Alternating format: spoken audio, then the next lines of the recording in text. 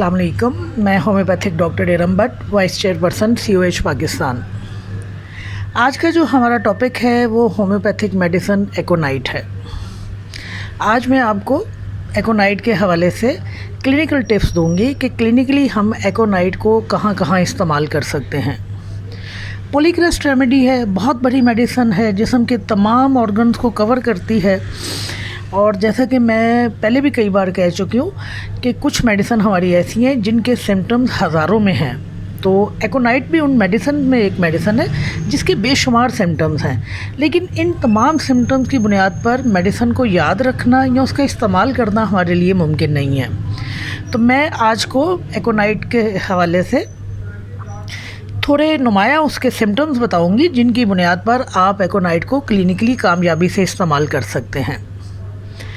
जैसा कि मैंने आपको कहा कि ये पॉलीक्रेस्ट रेमेडी है, इसके अलावा ये एक्यूट मेडिसिन है, शॉर्ट एक्टिंग मेडिसिन है। आप इसको जल्दी जल्दी रिपीट कर सकते हैं। जितने भी एक्यूट केसेस आते हैं, हार्ड अमराज आते हैं, आप उनमें एकोनाइट को इस्तेमाल कर सकते हैं। यहाँ मैं एक बात आपको बताती चलूँ कि होम्योपैथिक कॉलेज में जो सबसे पहले मेडिसिन पढ़ाई जाती है वो एकोनाइट पर पढ़ाई जाती है।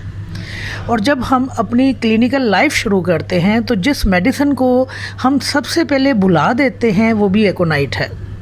हालांकि फ़र्स्ट ईयर में जो 10 मेडिसिन आपको पढ़ाई जाती हैं, अगर आप उन 10 मेडिसिन पर ही कमांड हासिल कर लें तो आप बहुत सारे केसेस हल कर सकते हैं। एकोनाइट को अगर मैं एक लफ्ज़ में बयान करूं तो वो एक लफ्ज़ है सडन, अचानक। कोई भी मर्ज़ जो अचानक पैदा हो, अचानक शुरू हो, अचानक तबीयत ख़राब हुई, अचानक हार्ट अटैक हो गया, अचानक फॉलेज का हमला हो गया, अचानक डायरिया शुरू हो गया, अचानक छींकें आने लगी और तेज़ बुखार हो गया।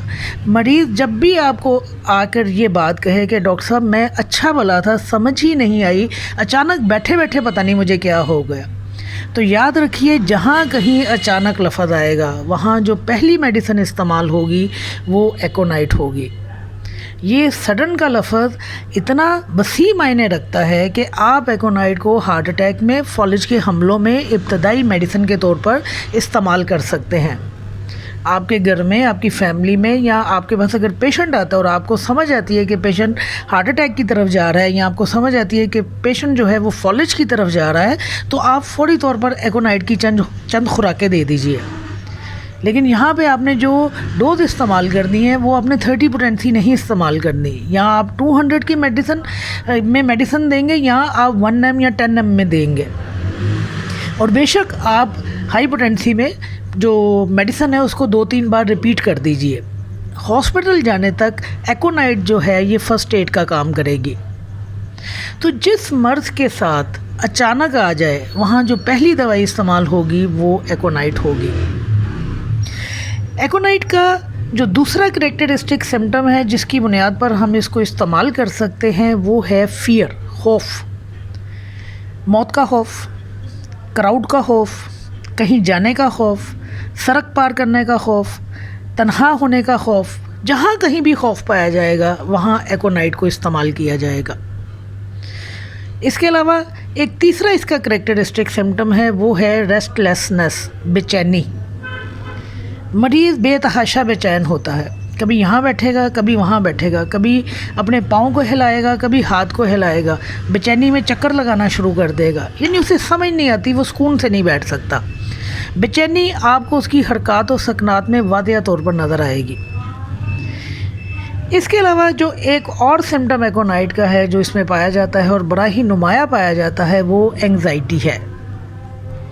एंग्जाइटी कहते हैं मुस्तकबिल के हवाले से खौफज़दा होना।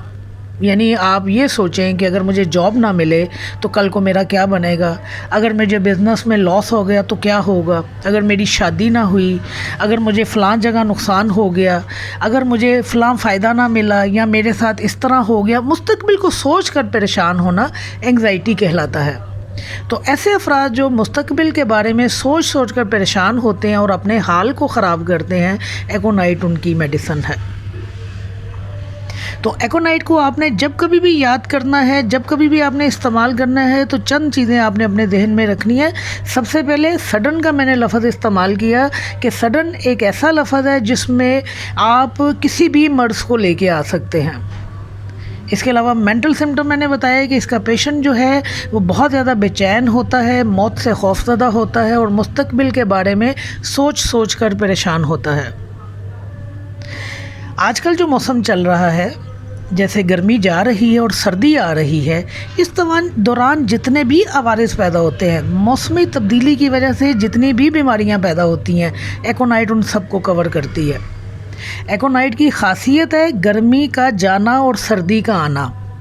جب تک موسم خشک رہے گا، بارش نہیں ہوگی، پہلی دوا جو استعمال کی جائے گی وہ ایکونائٹ ہوگی۔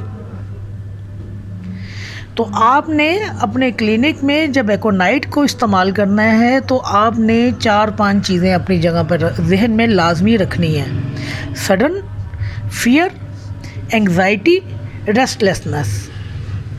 اس بنیاد پر آپ ایکونائٹ کو کسی بھی مرض میں استعمال کر سکتے ہیں، چاہے وہ ڈائریا پایا جا رہا ہے، چاہے وہ بخار ہے، چاہے وہ چھینکیں ہیں، چاہے وہ نزلہ زکام ہے، چاہے وہ جسم کی دردیں ہیں، چاہے وہ سردی انہیل کرنے کی وجہ سے تکلیف آ رہی ہے، کیونکہ اس کا جو پیشنٹ ہے وہ سرد، ڈرائی اور کولڈ جو ویدر ہے نا اس سے نقصان پاتا ہے۔